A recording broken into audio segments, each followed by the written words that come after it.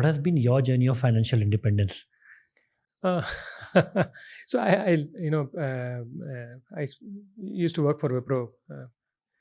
I think before that I joined TVS Electronics from campus, and I wasn't worried about at that point in time financial independence. I was more worried about making ends meet and making sure that you grew in your career. And I joined Wipro, and then got exposed to the Wipro ESOP program.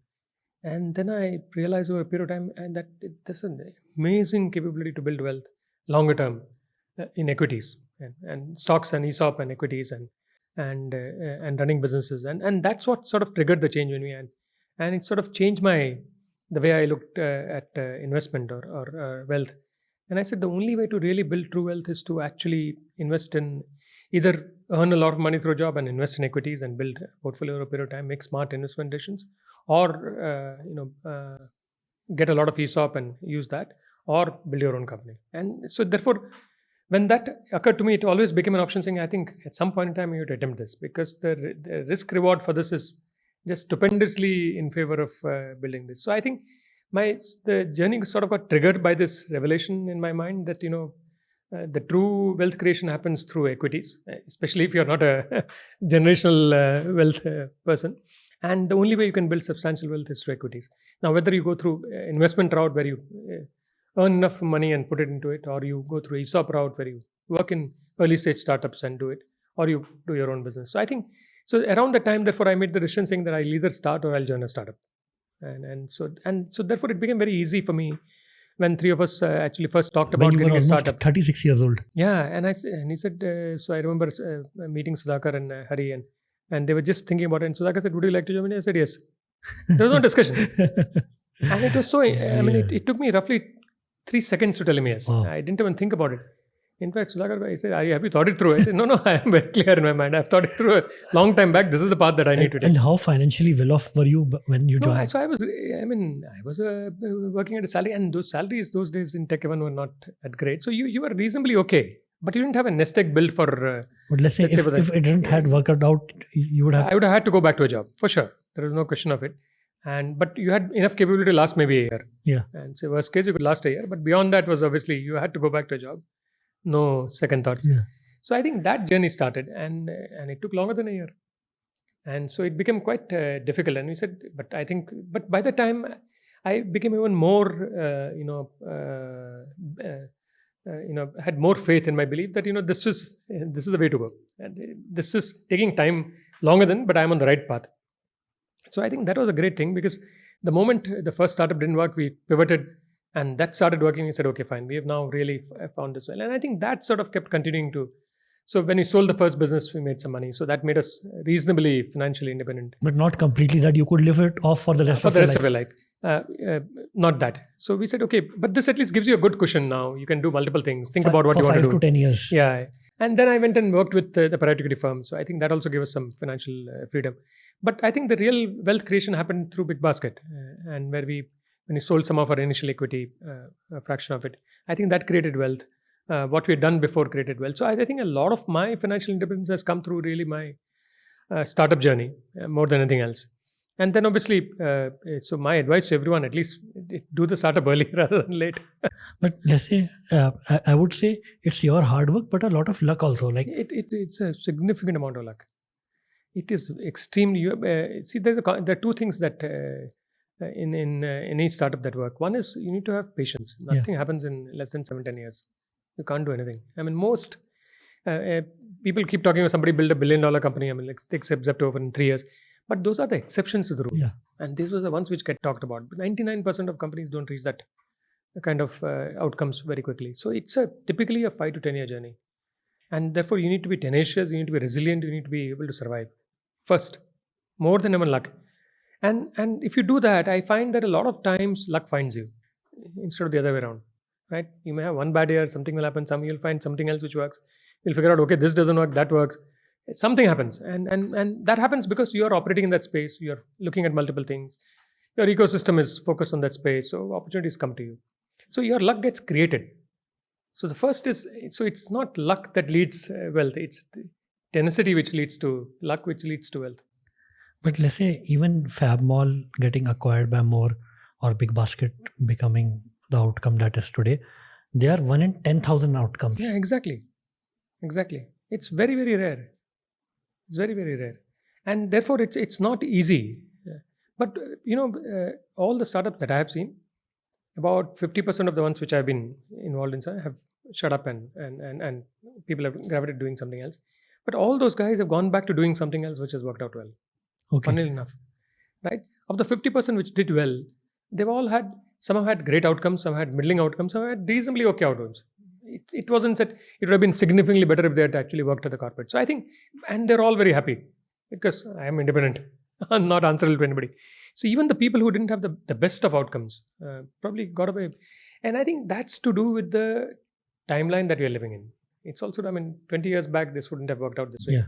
You're going through a period of growth. You're long on the economy. If you're long on the economy, you have to be long on startups, you have to be long on equities. As simple as that. And I think you think that the 10-20 trillion dollar economy that we are talking about today of India, would startups play like a $2 to $5 trillion role in that? 100%. Right. Think of these, the top 10 companies today itself. And if you add up their market cap, and even today, and assume that this will grow 5x, 10x over the next 10 years, that's the minimum that you would expect in the top performing. I would say top 10 companies today would contribute $200 billion of market cap. Yeah. And if you assume now 10x growth. So they will, 100% they will. In fact, there are companies which are not born today which will contribute to that. Which will probably contribute $1 trillion to that. Yeah. But I'm looking forward to seeing India's first $100 billion startup. Yeah, I don't know whether it will be Zomato or somebody else, but possibly Zomato, possibly Swiggy, possibly Flipkart. Though it's acquired by Walmart, it's still an Indian startup. Yeah. But it will still create the amount of wealth. Yeah, it does. It will. For India. And just before we conclude our discussion today, Vipul, want to touch upon your background. You mentioned that you were from middle class, worked in Wipro. At 8:36, you jumped into startup. Right. But where did you grow up, and what were your parents like? Yeah, so my father was in the defense services. So we had a transferable job. So I did all my schooling every 4 years. We got sort of uprooted. Did my schooling in Maharashtra and in Madhya Pradesh. In fact, finally, when I passed out of high school in Madhya Pradesh, my wife said, my mother said, no more traveling. Let's stay put. Let the kids do their college. So I did my BSc and MSc in physics actually, and I was all set on getting into an academic career because I started to do a research program, and I was thinking of applying got admission to the University of Columbia, and I was thinking maybe it's time for me to really become a scientist. And then through chance, somebody introduced me to, I talked about MBA program and I said, this looks very interesting. I would love to do this. This somehow appeals to me. So I wrote the CAT exam, and along with that, I wrote the Air Force's exam because that was more on a lark. And so I remember it was so funny. I did my, Air Force medical the same month, and my IMP interview in the same city within a month, which was in Delhi. And when when I got through, I said, I definitely want to do this. So came to Bangalore, joined IIM Bangalore in 88. Started my career with 86 and finished in 88. Started my career with TVS Electronics, which was again a startup. So in a way, it was a role this was a company which is newly formed, part of the TVS group. They were just starting into computer peripherals for the first time, and they were setting up a new plant. They just done a collaboration with Citizen of Japan, and so they were working with them and other companies. And I joined as part of marketing and sales, and was sent to Bombay, saying, "Please start Bombay. We don't have anybody." So it was a ordeal by fire. You were practically a startup. You had nothing. I had one desk in one Lucas TVS office and one phone, and said, "Ab becho or please collect money also. And you have some money outstanding from people you supply to, please collect that also."